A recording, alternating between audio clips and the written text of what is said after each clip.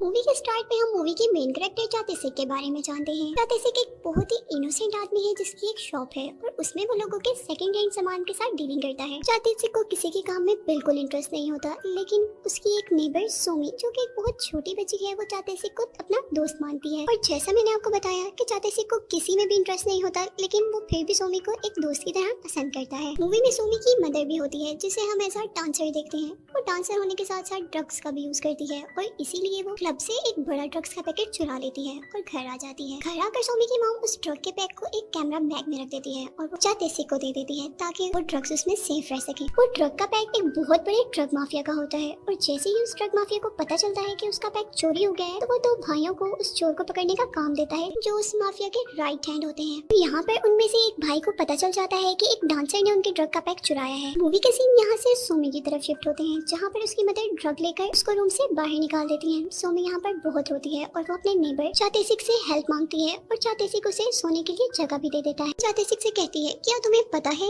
कि लोग तुम्हें क्या कहते हैं, एक सोम घोस्ट, क्योंकि तुम बहुत डरावने हो। इस बात का चाते सिक उसे कोई जवाब नहीं देता और सोने का कहकर वहाँ से चला जाता है। मूवी में यहाँ पर सीन सोमी की मदर की तरफ जाते हैं जहाँ पे उसका बॉयफ्रेंड उसे ये समझा रहा होता है कि तुम उस ड्रग का पैकेट वापस कर दो कि वो एक ड्रग माफिया का है और वो वार्न करता है कि अगर तुमने वो वापस ना किया तो वो लोग तुम्हें जान से मार देंगे। इसके बॉयफ्रेंड की काफी समझाने के बाद भी वो नहीं मानती। अगली सुबह होती है और हम चाते सिक को देखते हैं जिसके नेल पर सोमी एक एंग्री इमोजी बनाकर जाती है और उसके लिए एक लेटर भी छोड़कर जाती है। उन चीजों को देखकर चाते सिक के मुंह पर मुस्कुराहट आ जाती है। दिन चाते सिक सोमी के स्कूल के बाहर से गुजर रहा होता है। वहाँ पर वो देखता है कि एक लेडी सोमी को बहुत बुरी तरह से मार रही है और वहाँ पर पुलिस ऑफिसर्स भी मौजूद हैं। पुलिस के इन्वेस्टिगेट करने पर वो लेडी बताती है कि सोमी उसके बेटे का बैग चुरा रही थी। इसके जवाब में सोमी कहती है कि मैं चुरा नहीं रही थी, मैं तो बस उसका बैग अपने बैग से कंपेयर कर रही थी। और यहाँ पर अब पुलिस सोमी से उसके पेरेंट्स के बारे में पूछती है और सोमी दूर खड़े चाते सिक की तरफ इशारा कर देती है जिससे उनको लगता है कि चाते सिक उसका फादर है। इस चाते सिक का पीछा करती है लेकिन वो वहाँ से कुछ भी कहे बगैर निकल जाता है। और जब शाम होती है और सोमी चाते सिक से मिलने आती है तो चाते सिक उसे डांट देता है। वो उसे कहता है क्या तुम पागल हो, तुमने उस वक्त मेरी तरफ इशारा क्यों किया।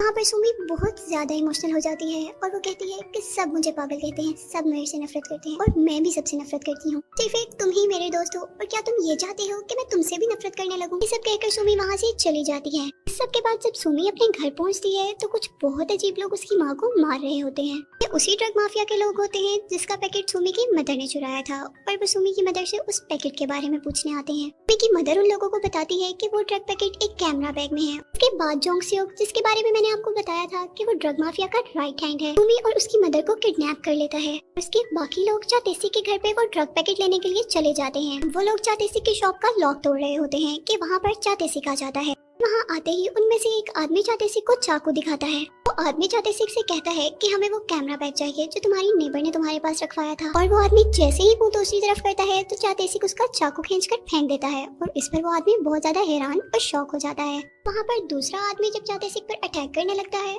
तो चाते सिक उसे भी बहुत अच्छा सबक सिखा देता है, पर वो लोग कुछ नहीं संभाल पाते और फिर वो उस ड्रग माफिया के राइट हैंड जोंग सियोक को बुलाते हैं। जोंग सियोक सब कुछ मालूम करने के लिए वहाँ पर एक और आदमी को भेजता है। वो आदमी एक फोन ताजे सिक की तरफ बढ़ाता है जिसमें वो सोमी की आवाज सुनाता है। ताजे सिक चैंग सोंग की धमकी पर वो बैग उन लोगों को दे देता है और अब उन आदमियों में से एक आदमी अपने ही एक साथी को मार देता है क्योंकि वो उसे पसंद नहीं करता। ऐसे में वहाँ पर एक मर्डर हो जाता है जिसका इल्जाम ताजे सिक पर आ सकता था।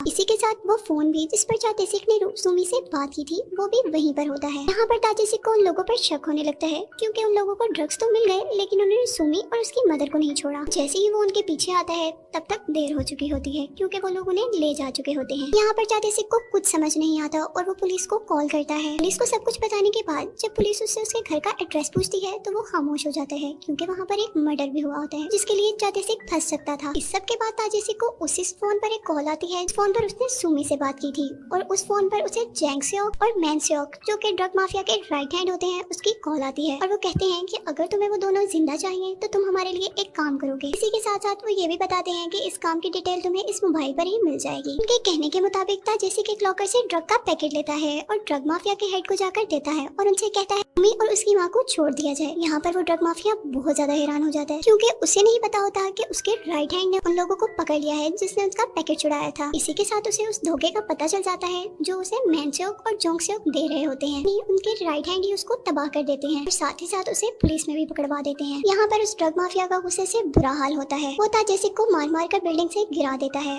और उसी के साथ वहाँ पर पुलिस आ जाती है। पुलिस सबको पकड़ भी लेती है पर वो ड्रग माफिया वहाँ से भाग जाता है। ताजेसिक एक कार चुराकर उस डॉन का पीछा करने लगता है, लेकिन जो कार ताजेसिक ने चुराई होती है उस कार की डिग्गी में सुमी की मदर की डेड बॉडी होती है जिसके सारे ऑर्गन्स वो लोग निकाल चुके होते हैं। यहाँ पर पुलिस आ जाती है और पुलिस को लगता है कि ये सब कुछ ताजेसिक ने किया है और वो ताजेसिक को अरेस्ट कर लेती है। यहाँ पर एक पुलिस ऑफिसर ताजेसिक के बारे में और भी बहुत कुछ जाना होता है, लेकिन जैसे ही वो उसकी बायोमेट्रिक फाइल ओपन करता है तो उसके ऊपर उसे लॉक मिलता है। यहीं पर ताजेसिक सुमी को बचाने की तैयारी कर रहा होता है। एक पुलिस ऑफिसर को कहता है कि मैं लेफ्ट हैंडेड हूँ और मुझे खाना खाने के लिए राइट की नहीं बल्कि लेफ्ट की जरूरत है, और जैसे ही पुलिस ऑफिसर उसका लेफ्ट हैंड भी खोलते हैं तो वो खड़ा हो जाता है और सबको मारकर वहाँ से भाग जाता है। सीन डॉन की तरफ शिफ्ट होते हैं जिसको उसके अपने ही आदमी मरवा देते हैं। इसके बाद हम दोबारा ताजेसिक को देखते हैं जो उसी फोन से जो कि उसे सुमी से बात करने के लिए दिया गया था उस सुमी के बारे में पता लगवाना चाहता है। जैसे उस फोन का पता करने के लिए एक फोन शॉप में जाता है, लेकिन वो फोन इलीगल होता है इसलिए वो फोन मैनेजर उसे कुछ भी नहीं बताता। जैसे ही ताजेसिक उसे मारने लगता है वो सारी बातें सच सच बता देता है, उस आदमी की बताई हुई इन्फॉर्मेशन पर अमल करने लगता है। यहाँ पर सीन दोबारा उस पुलिस ऑफिसर की तरफ शिफ्ट होते हैं जैसे की फाइल अनलॉक करवाता है और उसे तब पता चलता है कि वो एक मिलिट्री ऑफिसर है कि बादशाह ताजेसिक मैनसेओक और जोंगसेओक तक पहुंचने में कामयाब हो जाता है। उन्होंने अपने डॉन को मरवाकर सारा काम अब खुद संभाल लिया था जो कि तमाम का तमाम इलीगल था। बिल्डिंग में ताजेसिक को मैनसेओक मिलता है, लेकिन क्योंकि ताजेसिक ने कभी मैनसेओक को देखा नहीं होता इसलिए वो नहीं जानता, लेकिन मैनसेओक तो उसे पहचानता था और वो अपने भाई यानी जोंगसेओक को कॉल करके कहता है कि तुम होशियार रहो। ताजेसिक उसी बिल्डिंग के वॉशरूम में जाता है। यहाँ पर खुशकिस्मती से उसे वही लोग मिलते हैं जो उसको पहले दिन कैमरा लेने के लिए मिले थे। वो उस आदमी से सुमी के बारे में पूछता है लेकिन वो कुछ भी नहीं बताता, इसीलिए वो गुस्से में उसी के चाकू से उसी का शोल्डर जख्मी कर देता है। इसी के साथ साथ वहाँ पे वो आदमी भी आ जाता है जिसने सुमी से बात करवाई थी। लड़का ताजेसिक से फाइट के बाद उसे एक और फोन देता है और अब यहाँ पर पुलिस भी आ जाती है। पुलिस को देखकर ताजेसिक वहाँ से किसी की कार में भाग जाता है। अब मूवी में हमें दोबारा सुमी को दिखाया जाता है जिसको वो दोनों ड्रग माफिया भाई एक ऐसी औरत को दे देते हैं जो बच्चों से स्मगलिंग का काम लेती है। बच्चों से स्मगलिंग का काम लेने के बाद वो औरत उन बच्चों को दोबारा उन ड्रग माफियाज के पास भेज देती थी जहाँ पर वो ड्रग माफियाज बच्चों की किडनीज निकाल लेते थे, फिर बॉडी के दूसरे ऑर्गन्स निकाल कर बेच देते थे और उन बच्चों को मार देते थे। यहाँ पर हम दोबारा ताजेसिक को देखते हैं जो अपनी बॉडी में लगी हुई गोली को किसी से निकलवा रहा होता है। वो गोली उसे फाइटिंग के दौरान लगी होती है। इसी दौरान हम ताजेसिक के पास्ट के बारे में जानते हैं। ताजेसिक ने पास्ट में अपनी बीवी को खोया था। उस वक्त उसकी जिंदगी में कोई नहीं बचा था, लेकिन अब उसकी जिंदगी में कोई आया था जो सुमी थी और वो उसे खोना बिल्कुल भी नहीं चाहता था। सब देखने के बाद हम ताजेसिक को दोबारा और पावरफुल देखते हैं और वो अब सुमी को ढूंढने के लिए दोबारा और पुरज़म हो जाता है। ताजेसिक अपने सारे बाल काट देता है और किसी से एक गन लेकर शहर में निकल जाता है। ताजेसिक उन बच्चों का पीछा कर रहा था जो ड्रग सप्लाई कर रहे होते हैं। ये सब उसे एक ऐसी बेसमेंट में पहुंचा देते हैं जहाँ पे वो दोनों भाई छोटे छोटे बच्चों से ड्रग्स का खतरनाक काम करवा रहे होते हैं। यहाँ पर आकर ताजेसिक सब बच्चों को बाहर निकालता है और उस जगह को आग लगा देता है जिसमें जोंगसेओक भी मर जाता है। और नेक्स्ट सीन में हम अब सुमी को देखते हैं। सुमी को एक आदमी लेने आया होता है ताकि उसकी बॉडी के ऑर्गन्स निकाल कर बेचे जा सके, लेकिन जैसे ही सुमी ये देखती है कि उस आदमी के सर पर एक चोट है तो वो उसे बैंडेज कर देती है। आदमी को अपनी बुराइयों का एहसास हो जाता है। उसके दिल में सुमी के लिए सॉफ्ट कॉर्नर आ जाता है। वो आदमी सुमी को एक वैन में बिठाकर उसी सर्जन के पास ले जाता है जो सर्जन बच्चों की आंखें निकालता है।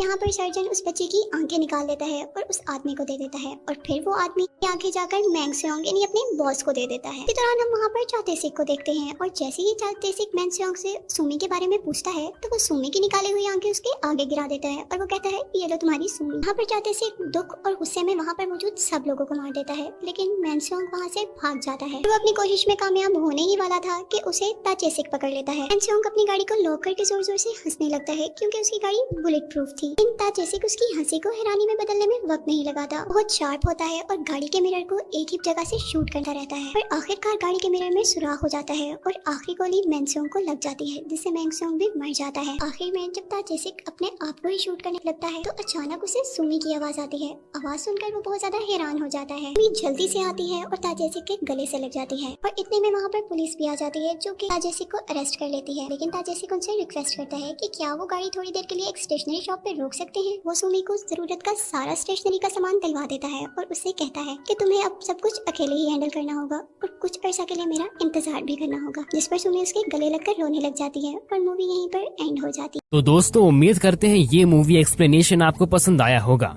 अगर ये वीडियो आपको पसंद आया हो तो इसे लाइक और शेयर जरूर करें